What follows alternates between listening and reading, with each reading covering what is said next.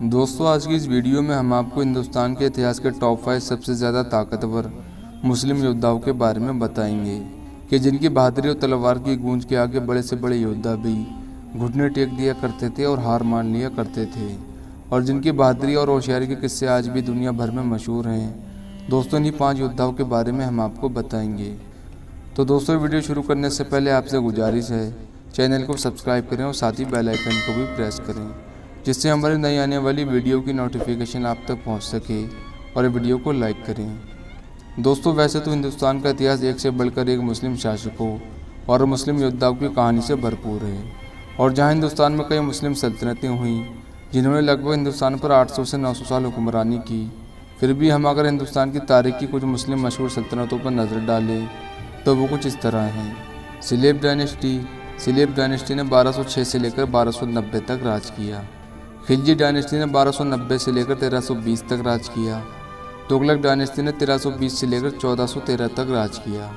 Lodhi dynasty ने 1411 से लेकर 1526 तक राज किया।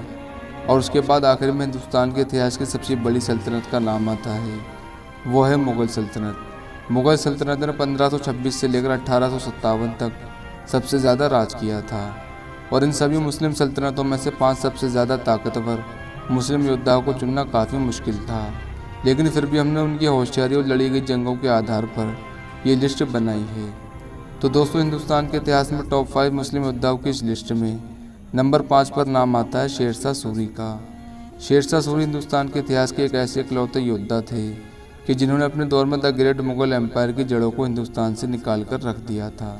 और दोस्तों, आपकी जानकारी के लिए भी बताते चलें, सन 1539 में शेरशाह सूरी और मुग़ल सल्तनत के उस दौर के बादशाह हुमायूं के बीच चौसा का युद्ध हुआ था, जिसमें हुमायूं की हार हुई थी, जिसके बाद हुमायूं को हिंदुस्तान से अपनी जान बचाकर भागना पड़ा था।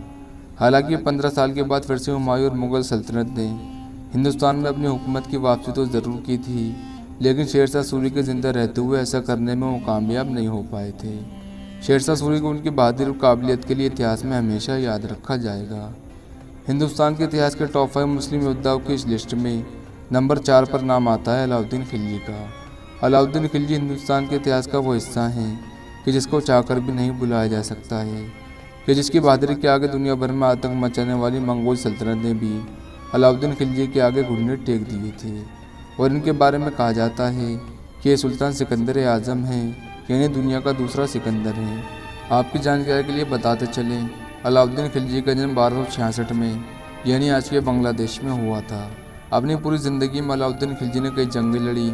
वो चित्तौड़, गुजरात, मालवा, जालौर जैसे कई बड़े राज्यों को जीतने में कामयाब रहे थे। और आपको जानकर हैरानी होगी, अलाउद्दीन खिलजी के शासनकाल में 6 बार चंगेज़ खान की औलादें यानी मंगोलों ने भारत में आकर हमला किया, और हर बार उन्हें अलाउद्दीन खिलजी ने शिकस्त दी। दोस्तों, हमारी इस लिस्ट में तीसरे नंबर पर नाम आता है मुग़ल सल्तनत की बुनियाद रखने वाले ज़हीरुद्दीन बाबर का। हिंदुस्तान के इतिहास में जब भी सबसे ताकतवर योद्धाओं का नाम लिया जाएगा तो ज़हीरुद्दीन बाबर का नाम ज़रूर लिया जाएगा। दोस्तों, बाबर ने इस बहादुरी और होशियारी से पानीपत की जंग में इब्राहिम लोदी की बड़ी सेना को शिकस्त देकर जंग फतह की थी। वो उसकी जांबाजी और काबिलियत की गवाही देने के लिए काफ़ी है। इतिहासकारों का कहना है, इस जंग में बाबर ने महज 10,000 सैनिकों के साथ इब्राहिम लोदी की 1 लाख की सेना को शिकस्त दी थी।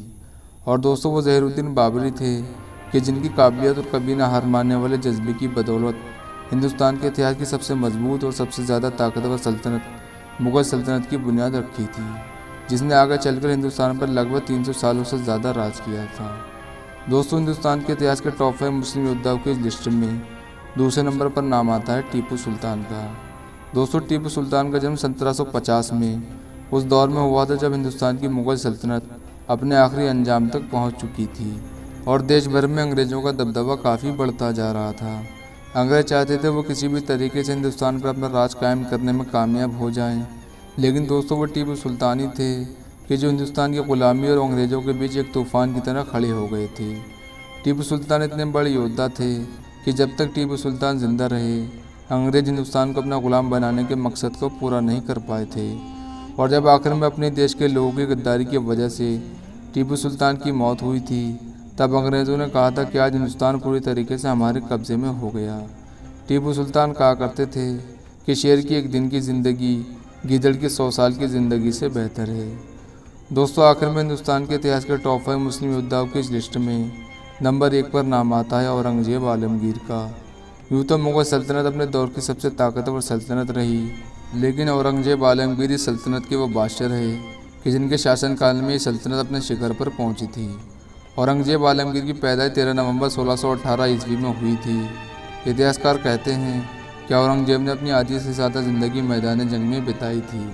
वो जितने बड़े योद्धा थे उतने ही ईमानदार सुल्तान भी थे। इतिहासकारों का कहना है कि औरंगजेब आलमगीर की हुकूमत के दौरान हिंदुस्तान दुनिया की सबसे बड़ी सुपर पावर हुआ करता था, जिसे टकराने की हिम्मत उस दौर के बड़े से बड़े शासक में भी नहीं थी। हालांकि दोस्तों औरंगजेब पर कट्टर मुस्लिम सुल्तान होने के भी आरोप लगे हैं, लेकिन दोस्तों इस बात को भी छुपाया नहीं जा सकता है कि औरंगजेब आलमगीर एक बहुत ही बेहतरीन योद्धा और एक बेमिसाल सुल्तान थे। फिलहाल दोस्तों आज की वीडियो यहीं पर पूरी होती है। दोस्तों वीडियो को लाइक करें, ज़्यादा से ज़्यादा शेयर करें और चैनल को सब्सक्राइब करें।